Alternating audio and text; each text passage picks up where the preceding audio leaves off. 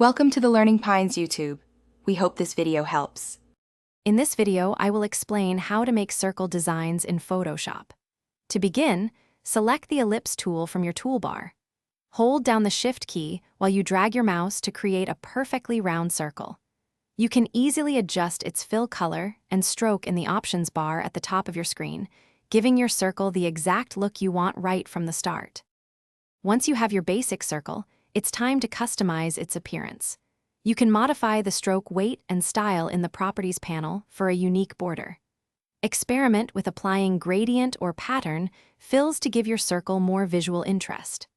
Don't forget to explore layer styles, like adding a subtle shadow or a vibrant glow to make your circle truly stand out. Circles are incredibly versatile for design integration. Try creating a clipping mask with a circle shape to neatly frame an image or texture. You can also combine multiple circles, overlapping them to form entirely new and complex geometric shapes. Additionally, circles make excellent frames for highlighting specific images or sections of text within your overall design layout. For polished circle designs, consider these tips.